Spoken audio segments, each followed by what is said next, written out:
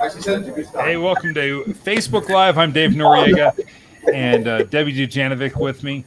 And apologize any noise that you hear in the background. Like, for example, I just heard Lee Lonsberry say that 7-Eleven sells more prepared pizzas than anywhere else in the nation.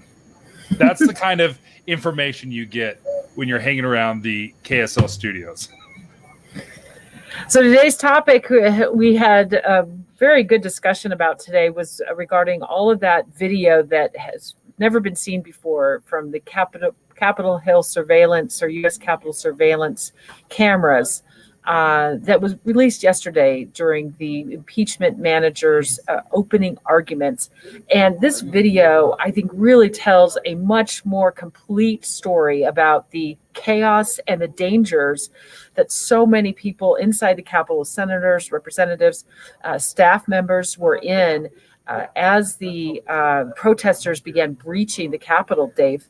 It was the video that really, I think, captivated and told a story yesterday of the real danger that senators and representatives and their staff were in. And the one that really stood out to us and really hits home was this video of Mitt Romney.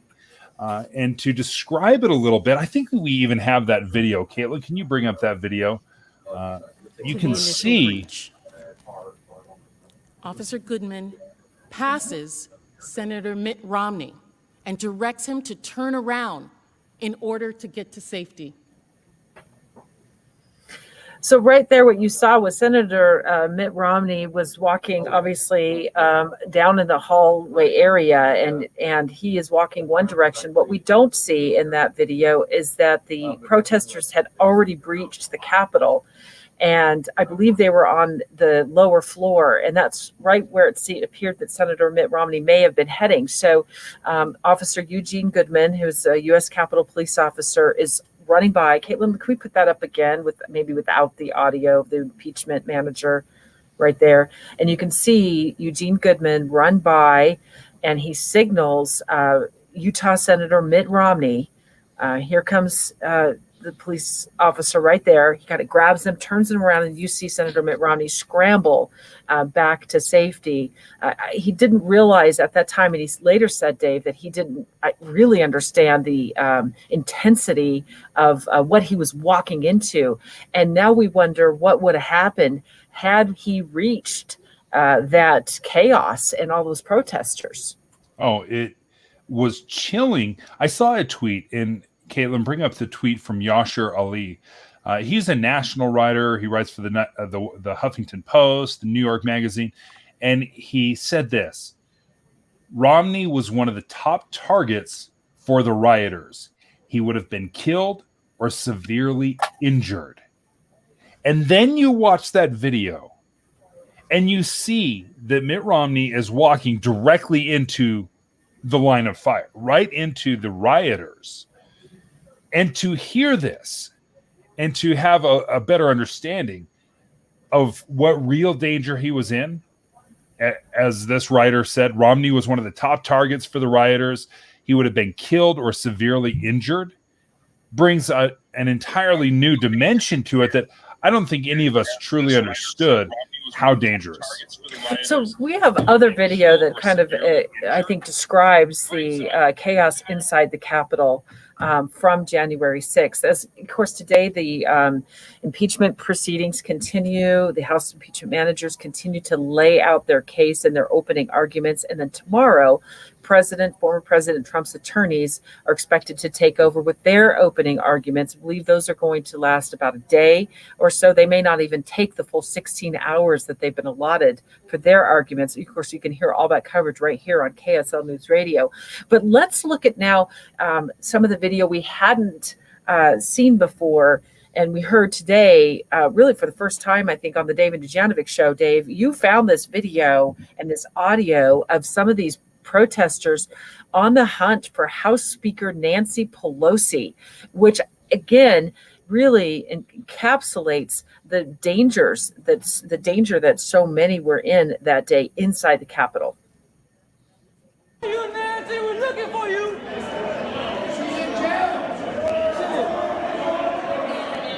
Nancy.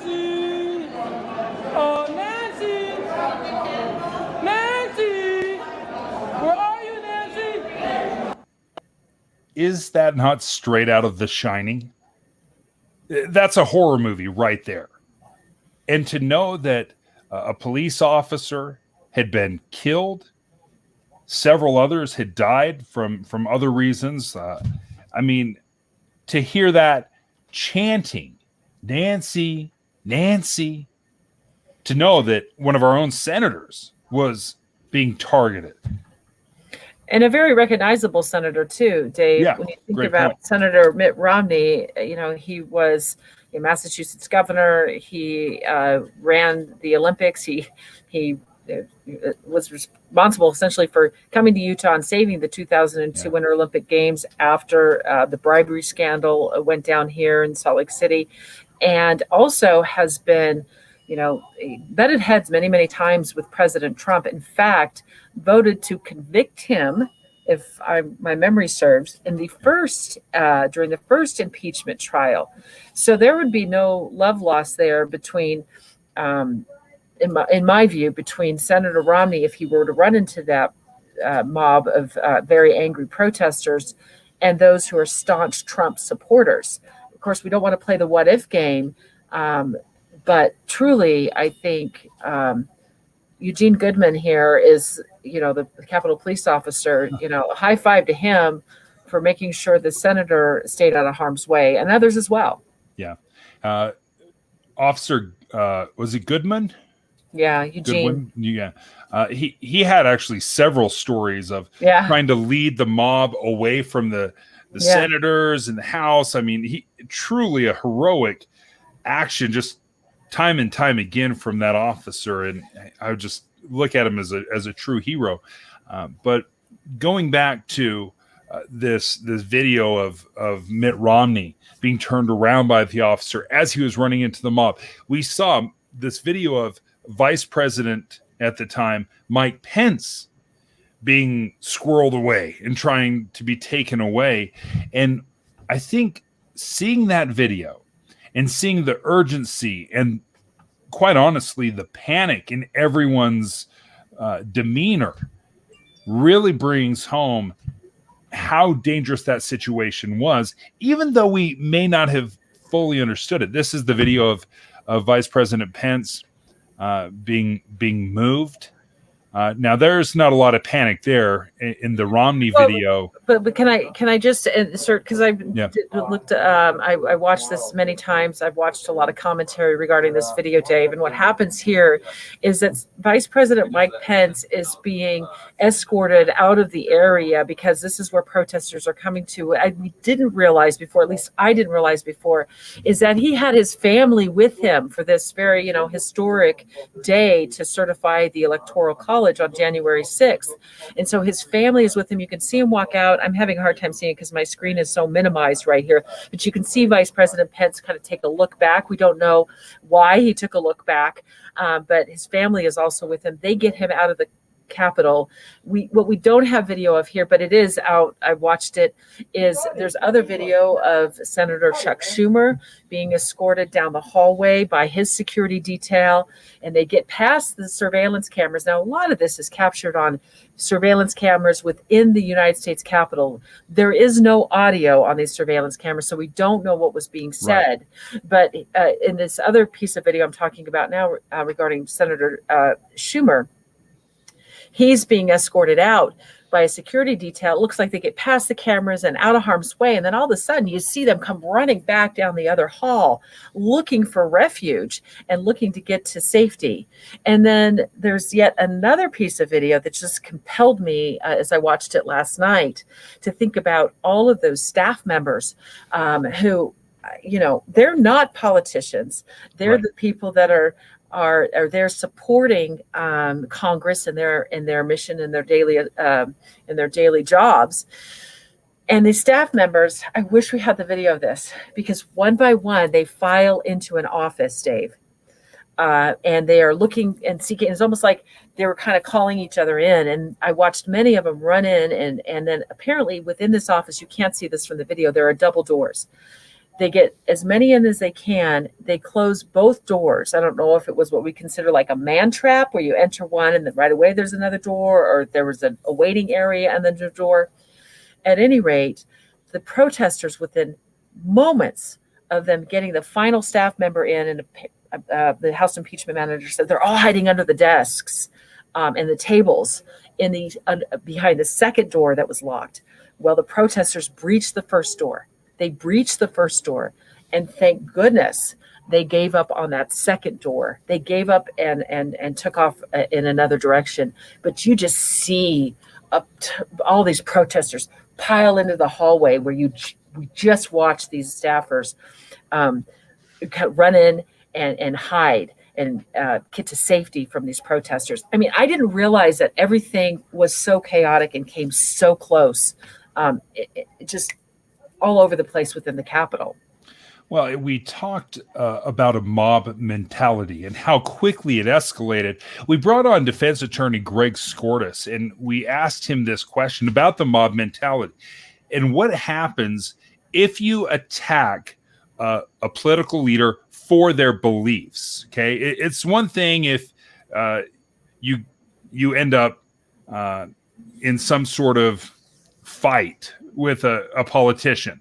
If it's just on the street and you end up in a fist fight, nothing happens. But if you target a politician for their beliefs and you injure them or perhaps kill them, that is a federal crime, and it does escalate. It does become an aggravated murder, which carries a federal death penalty sentence, or the possibility of a federal death penalty. It is different. When they stormed the Capitol because they were angry at politicians for their beliefs and the way they're acting, had the worst happen, heaven forbid, then we're looking at a capital crime. Mm-hmm. I think it's also important to note here, what does this all really mean? Will this video, this new surveillance video from within the Capitol building that day on January 6th, will it make a difference at all? It is the House impeachment manager's job to connect the dots. Let's remember the people inside that Capitol building that day are not on trial right now within the Senate. Former They will President be. Trump. Well, look, they won't be in trial for this impeachment. Not by the Senate. I want to make sure we're clear on that. This trial, they will be on trial. Those people will be on federal trial, and 200 of them thus far, or perhaps more now, have been charged federally. That's a different situation. That's in a court, a criminal court. Right.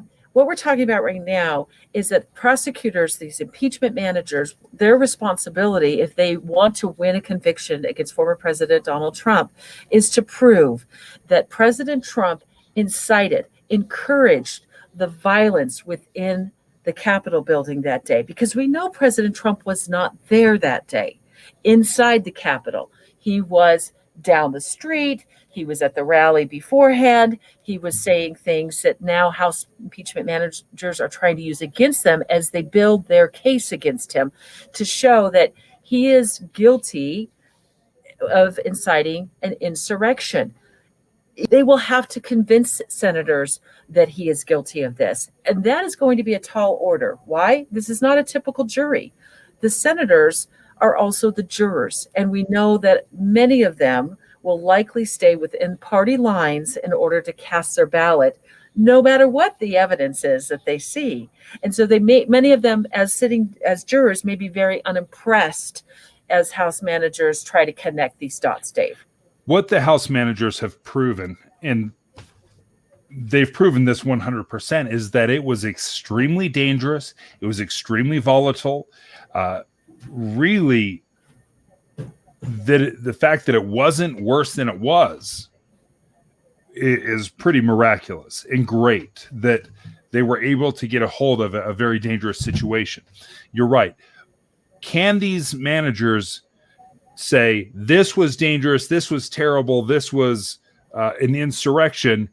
Now can I tie it directly to the president and say he's the one that started it all? Because as any parent knows, what I say and what is heard is not always the same thing.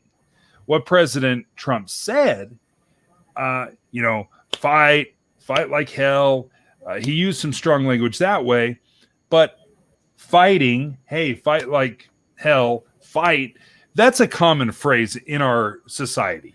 It doesn't necessarily mean fight, right? My high school has a fight song. Dear old Davis High School, we'll fight for you. Fight, fight, fight, right? There's a common phrase there. So what the impeachment managers are going to have to show to me and to the senators is how this common phrase was different. That this common phrase of fight, never give up, meant literally go to the Capitol and overthrow. But also keep in mind, they're not using just that rally that day at the Capitol that we've all now become so familiar with. When we left the show today, close to the 11 o'clock hour, they were taking the senators, the jurors, back in time to show that this was a pattern. And in fact, they were camping for a moment and speaking on the attempted abduction of the Michigan governor, which happened a couple of months prior. Several people were arrested in that case. So that's what they were talking about. Then they will also likely be, and if they haven't already, we're of course covering it on KSL News Radio and keeping you posted throughout the day and the days ahead. They'll be talking about the president's very long phone call to the Georgia Secretary of State, trying to convince him to find the votes. Of course, that was all caught on tape or recorded and released through the press. And you and I have talked about that on our show. And so there is not just going to be this one rally that's presented as evidence. There will be a lot of evidence presented. And again, I think this is probably going to wrap up by Saturday. I don't know yet if they're going to call any witnesses. Just as an observer and somebody who's covered a number of trials, more than I can count over the years in journalism, I would like to see witnesses brought up, to testify, because I just think that we can hear, other sides of the story anytime that you have a witness on, or that you could debunk some of the evidence that's presented. So I don't know if this is going to be like lengthy monologues, and then we're just going to have to like count on on what they've presented. But I think we're going to have a decision by this weekend, Dave. I think you hit the nail on the head. It will be lengthy monologues. Yeah. From both sides. I would be surprised if we hear anybody called to testify. You will not hear from the president. You won't hear from anyone, any of the protesters. It's a very strange trial, right? I mean, we say trial, but it's not like any trial you've ever heard of or seen before. So, but it does sound like it's going to end probably sometime Saturday or Sunday. We expect to hear from President Trump's lawyers probably on Friday sometime for their rebuttal. But we'll keep you posted as well as we can, and always tune into KSL News Radio. And if you ever want to join and be part of the conversation, make sure you tune into Dave and Dujanovic Monday through Thursday from 9 until 11. And we will see you guys later. Thanks, guys.